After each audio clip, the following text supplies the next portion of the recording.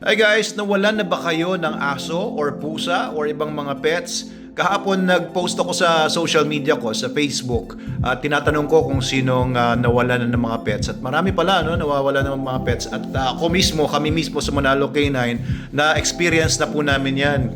So maraming mga iba-ibang mga paraan, pero may ipapakita po ako sa inyo na isang bagong pamamaraan ngayon para mahanap po natin yung mga nawawalang pets kung nawalan man kayo or tayo. So itong IAGD Super App po natin, dito ako nakapokus ngayon, dinidevelop po namin ang IT head ko, si Sir Joshua. At isa sa mga bagong features ng IAGD app ay yung Community Animal Watch. Itong Community Animal Watch po na ito ay isang feature embedded doon sa app natin na pwede nyo i-download nga pala sa iagd.pet/downloads. Pansamantala muna kasi wala pa sa Play Store, wala pa sa App Store, pero soon magkakaroon na.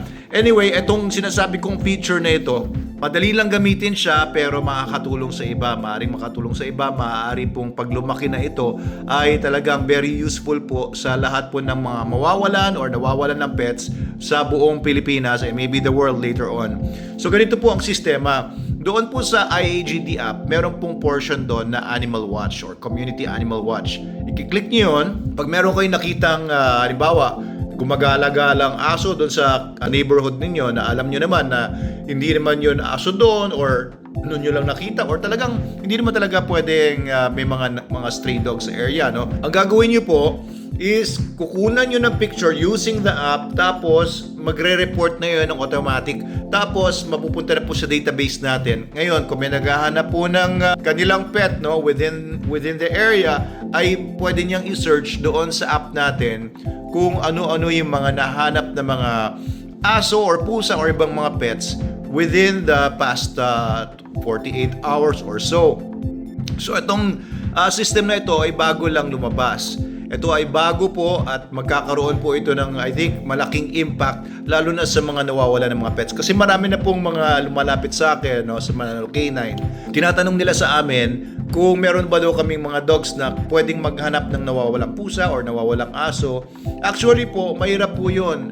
Pwede pong gawin yon kung ang aso ay trained sa ganon, pero po wala naman po kasing nagtitrain na ganon sa pagkakaalam ko unless talagang may specific purpose na paggagamitan ng ganong klaseng aso. Merong mga man trackers na pwede maghanap ng specific odor ng isang tao at pwedeng maghanap pa nga yung mga aso na ganon ng malayuan, pero ito pong paghahanap ng mga nawawalang mga pets ay wala po akong alam na nagtitrain na ganyan, pero sa ibang bansa I think meron, parang may naalala ako na ganong klaseng mga services na ino-offer sa ibang bansa. Sa Pilipinas, wala pa akong alam. If you know anybody, i-message nyo sa baba para alam natin na may ganong palang klaseng services. Now, itong Community Animal Watch, pwede nyong explore yan. Tignan nyo dun sa IAGD app nyo po. Picturean niyo yung mga dogs na gumagala sa paligid ninyo, kasi malamang yung mga yan, merong mga may-ari niyan. Maaring irresponsible owner lang or maaari talagang nakakawala yung dog or cat. Hindi nila alam na nakakawala or hindi nila alam kung saan nahanapin. Ayun pala, nasa lugar nyo lang pala. It's very possible, Kasi meron pong mga ganyang instances. Minsan may nakikita po ako dito lang sa amin na gumagala-galang parang mukhang Pomeranian. O minsan may gumagala dito na mukhang Shih Tzu. Doon naman sa may Manalo Resort, may nakita na po ako doon gumagala-gala sa paligid na Beagle. Beagle talaga. Hindi ko alam kung sinasadya yun ng may-ari or may naghahanap doon at nagsistray lang yung aso na hinahanap pala ng owner. Meron din ako nakita dito sa may Floodway na na dalawang gumagala naman na parang mga French Bulldog. Whether purebred man yan or mixed breed or Aspin or Philippine Aso, ay pwede po natin kunan ng picture, i-upload sa IAGD Super App, and who knows, doon makita ng owner niya yung aso or pet na nawawala or maaaring matagal nang nawawala, di ba? Tapos pag-aala-gala sa kalsada, hindi alam kung saan uuwi or hindi alam kung paano umuwi. Baka yung app po natin ang makatulong po sa mga nawawala ng mga pets or yung pet ma-reunite doon sa kanyang mga owners.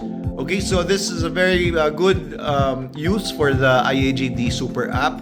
I hope na mag-member po kayo doon. Download niyo po, mag-sign up po kayo. Kasi bukod po doon sa feature na binanggit ko po sa video na ito, ang IAGD Super App po talagang animal registry po yan. All animals, walang discrimination.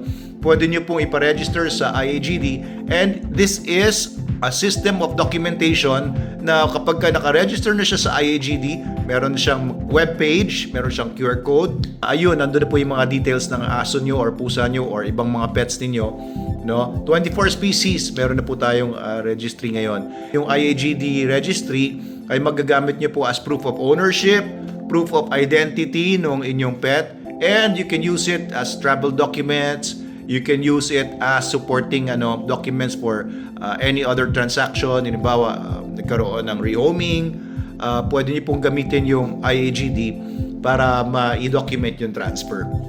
So, IAGD po guys, this is the newest and most modern na pet registry super app.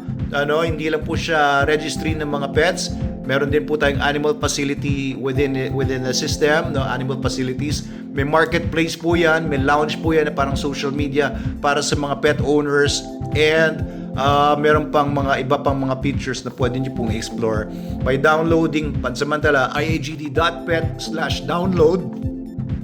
For Android users po na ngayon, maybe in the next few days, pwede na rin sa Apple. Pasensya na po, masama lalamunan ko, pero gusto ko talaga itawid sa inyo ito ngayong impormasyon na ito. Antabayan niyo pa, magkakaroon din tayo ng iba pang mga features. We could be eventually selling yung mga tags, pet tags, pwede nyo ilagay sa pusa nyo o aso nyo na may QR code, na kapag nawala yung aso nyo o pusa ninyo at nag-stray sa kapitbahay ninyo, pag skinan niya with the cellphone, ay lalabas yung IAGD registration ng inyong pet. Makikita kasi doon kung paano kayo kukontakin or kukontakin yung IAGD para maibalik sa inyo yung pet ninyo.